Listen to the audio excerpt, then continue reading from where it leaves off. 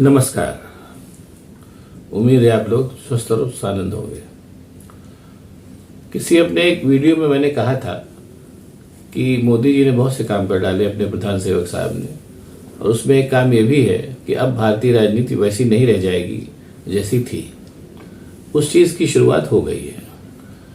कांग्रेस जो मूलतः एक ऐसी पार्टी थी जो बहुत सी चीज़ों को दरगुजार कर देती थी, अब वो ऐसा नहीं कर रही है। वो भी अब पूरी तरीके से भाजपा के रंग बिरंग करके और वैसे ही एक्शन लेने पर उतारू हो गए जैसे भाजपा लेती है। एक दो एग्जाम्पल मैं आपको भी देता हूँ। आप तो पहुंच भी गया होगा, लेकिन फिर भी बात चल रही थी इसलिए बता रहा हूँ। लोकसभा में एक सांसद है निशिकांत दुबे, भारतीय जनता पार्टी के सांसद है, और सुधीर चौधरी जो अब आजकल बड़े पत्रकार कहलाते हैं, और वो जो अपने मतलब इस तरीके के समाचारों के लिए और क्या नाम है ऐसे बयानों के लिए और इन सब चीज़ों के लिए जो चिप में 2000 के नोट में चिप लगाने वाली जैसी चीज़ों के लिए प्रसिद्ध है। वो कुछ भी उल उलिए दोनों पका करते थे कांग्रेस के और क्या नाम है राहुल गांधी और सोनिया गांधी, इनके सबके खिलाफ। अब इन दोनों को नोटिस भेज दी गई है, और नोटिस ये है कि टीएमसी के सांसद और क्या नाम है राजस्थान के मुख्यमंत्री, इन दोनों ने लोकसभा के स्पीकर को नोटिस भेजी है कि जो निशिकांत दुबे हैं इनकी सब डिग्रियां फर्जी हैं और इन पर एक्शन लिया जाए, और एक्शन लेकर के हम लोग बताया जाए उसमें और भी लोगों के हस्ताक्षर है। और उन फर्जी डिग्रियों की जो प्रारंभिक पड़ताल है वो इन लोगों ने चिट्ठी में ही करके दे दी है। निशिकांत दुबे जो है अपनी फर्जी डिग्रियों के लिए लंबा विवाद चला था, बहरहाल उसको लेकर के अब लोकसभा के स्पीकर को नोटिस दे दी गई कि आप इन पर एक्शन लीजिए। अब जाहिर सी बात है, अगर वो एक्शन लेते हैं या नहीं लेते हैं तो फिर उसके बाद उनके खिलाफ अदालती कार्रवाई की जाएगी। अदालती कार्रवाई की शुरुआती कार्रवाई, और सुधीर चौधरी के खिलाफ भी मुकदमा कर दिया गया है कि ये इस तरीके की अनाप शनाप बयान देते हैं, खबरें चलाते हैं, इनके खिलाफ भी मानहानि का मुकदमा कर दिया गया है। जैसा मैंने फिर कहा कि ऐसा कांग्रेस नहीं करती थी, लेकिन अब कांग्रेस भी ऐसे ही करने के लिए मजबूर हो गई है। और अब जाहिर सी बात है, जब अब अस्तित्व की लड़ाई है तो अस्तित्व की लड़ाई में वो भी प्रहार किए जाएंगे जिनसे अभी तक कांग्रेस परहेज करती थी, जिसकी शुरुआत हो चुकी है जैसा मैंने अभी आपको बताया। और आज ही सुप्रिया श्री ने, जो कांग्रेस की वरिष्ठ प्रवक्ता है, उन्होंने एक प्रेस कॉन्फ्रेंस करके उसमें तमाम सूचनाएं दी, और उनका आरोप है ये कोई चीनी नागरिक हैं चांगचुंग लिंग, उनकी एक कंपनी है पीएमसी इंफ्रास्ट्रक्चर लिमिटेड, जो अडानी जी की सारी कंपनियों में इंफ्रास्ट्रक्चर का काम करती है, और उसका सारा मतलब अडानी जी के जहाँ जहाँ उनकी कंपनियां वहाँ वहाँ इसकी पहुँच है, वो सारा काम उनका करती है। और चांगचुंग लिंग में और अडानी जी में इस कदर घनिष्ठता है कि चांगचुंग लिंग की कंपनी ने लंबे समय तक अडानी जी के एड्रेस से ही अपने कारोबार को चलाया। और ये चांगचुंग लिंग जो है चीनी नागरिक हैं, और उनका इस चीनी नागरिक होने के नाते हिंदुस्तान भर के सारे पोर्ट्स और जहाँ जहाँ अडवाणी जी का इंफ्रास्ट्रक्चर है वहाँ वहाँ इनकी पूरी पहुँच है। और इन्हीं की जो इनको जो भी कॉन्ट्रैक्ट मिलते हैं अडानी साहब को, उसमें ये सब कॉन्ट्रैक्टर के नाते चांगचुंग लिंग और इनकी कंपनी जो है पीएमसी इंफ्रास्ट्रक्चर लिमिटेड वहाँ काम करने जाती है।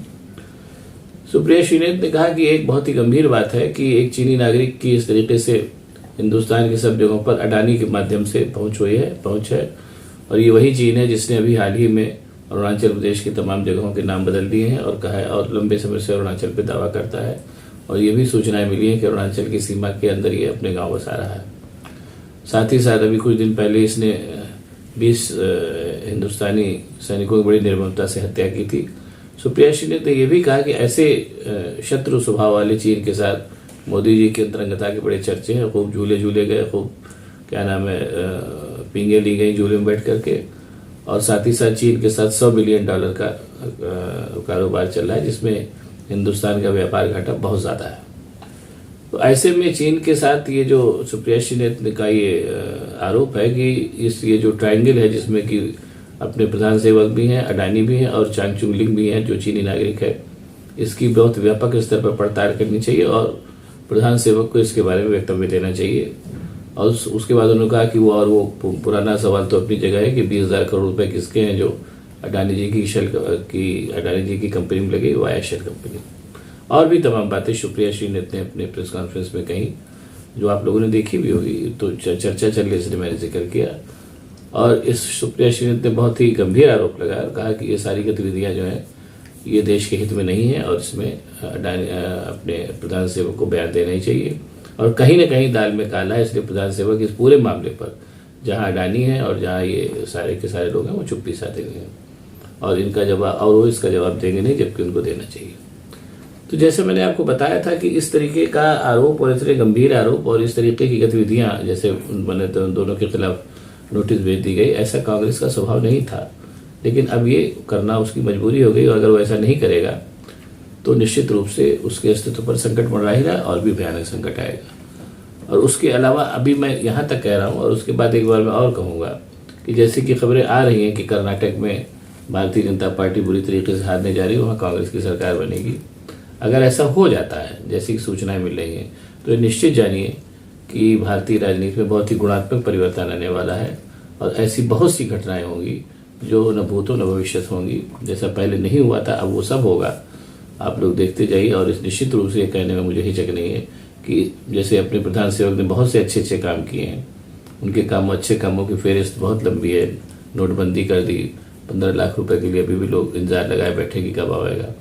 और जैसे उन्होंने कहा कि चीन ने कोई हमला नहीं किया, न घटाया न बढ़ाया, और तमाम जब किए तमाम सूचनाएं आती रहती हैं कि वो ऐसा हुआ है। बहरहाल अब प्रधान सेवक तो उनकी बात माननी पड़ेगी, लेकिन जैसा मैंने पहले कहा था और फिर कह रहा हूँ कि भारतीय राजनीति में भी प्रधान सेवक जी ने गुणात्मक परिवर्तन ला दिया है और कर्नाटक में अगर कांग्रेस जीत जाती है तो वो गुणात्मक परिवर्तन और भी तेजी से सामने आएगा। आप लोग बस देखते रहिए और अगर आपको ये वीडियो पसंद आया हो तो इसको लाइक करिए, शेयर करिए और मेरे चैनल को सब्सक्राइब भी करिए ताकि आपको मैं और भी इसी तरीके के वीडियोस देता रह सकूँ।